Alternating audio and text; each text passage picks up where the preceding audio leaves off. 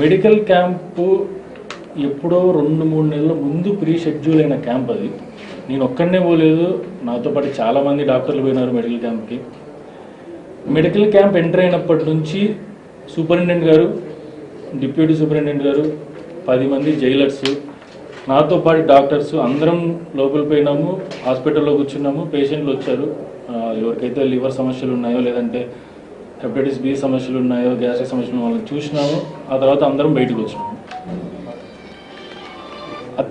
ఆ medical camp పోయిన దాన్ని పట్టుకొని దాని చుట్టూ ఒక పెద్ద స్టోరీ అల్లి అర్థం లేని ఆరోపణలు చేస్తున్నారు. ఒకటే అంటే బుద్ధున్నోడు ఎవడైనా మొత్తం మన జైలు మొత్తం సీసీ కెమెరాలు ఉంటాయి, ఎవరికైనా తెలుస్తుంది. చుట్టూ 10 మంది పోలీస్ ఆఫీసర్లు ఉంటారు. అంత సెక్యూరిటీ మధ్యలో సీసీ కెమెరాల మధ్యలో ఎవరికైనా కొద్దిగా IQ 10% ఉన్నోడైనా పోయి వాళ్ళని బెదిరిస్తే అది రెడ్ హ్యాండెడ్గా నీకు దొరికిపోయినట్టు కదా. వాడు ఇమీడియట్గా కంప్లైంట్ చేస్తే ఆ CCTV ఫుటేజ్ చూసుకుంటారు. లిటరలీ దే కెన్ అరెస్ట్ మీ. ఇంకా కేసులో ఇంకేం చేయాల్సిన పడి కూడా లేదు. వాళ్ళు నేను పోయిన డేట్ కూడా కరెక్ట్ కనీసం గుర్తులేదు వాళ్ళకి. పేపర్లో ఏదేదో రాసినారు, డేట్ కూడా తప్పు రాసినారు.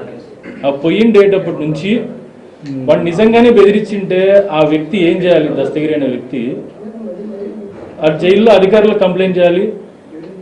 సరే, జైలు అధికారి మీద నమ్మకం లేదనుకున్నాము. డిస్ట్రిక్ట్ లీగల్ సర్వీస్ అథారిటీస్ 2 వారాలకు 3 వారాలకు ఖచ్చితంగా వాళ్ళ దగ్గర పోతుంటారు, వాళ్ళకి కంప్లైంట్ చేయాలి.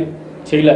అన్నిటికంటే మోస్ట్ సేఫెస్ట్ ఈజియెస్ట్ ఆయనకి జైల్లో నుంచి 5 సార్లు 5 నుంచి 10 సార్లు బయటికి వేయంటాడు వాయిదాలకి జడ్జిల దగ్గర పోయినప్పుడు నిజంగానే బెదిరించింటే, అయ్యా ఇట్లా నన్ను బెదిరించినారు అని ఒక్క మాట నింటే సాక్ష్యాలతో నేను పట్టుబడేవాడిని కదా. అయినా ఏం చెప్పలే. 3 నెలలు ఆగి 3 నెలల తర్వాత వచ్చి మీడియా ముందు మాట్లాడుతున్నాడు. మీడియా ముందు మాట్లాడితే ఏం ఉపయోగం ఉంటుంది దానికి? నిజంగానే బెదిరించుండి దాన్ని you want to take action on that, has to complaint, jail authorities complaint చేయాలి, లేదంటే జడ్జిలు కంప్లైంట్ చేయాలి. ఎంత క్రిమినల్ మైండెడ్ ఫెలో అంటే ఇతను 3 నెలలు ఆగి ఆ సీసీ కెమెరాల ఫుటేజ్ ఉండవు అని తెలుసుకొని ఆ సీసీ కెమెరాల ఫుటేజ్ అయిపోయిన తర్వాత వచ్చి కంప్లైంట్ చేయడం మొదలుపెట్టినాడు. ఇంత క్రిమినల్ మైండెడ్ ఫెలోని నాకు తెలిసి ఎవరు చూసిండరు.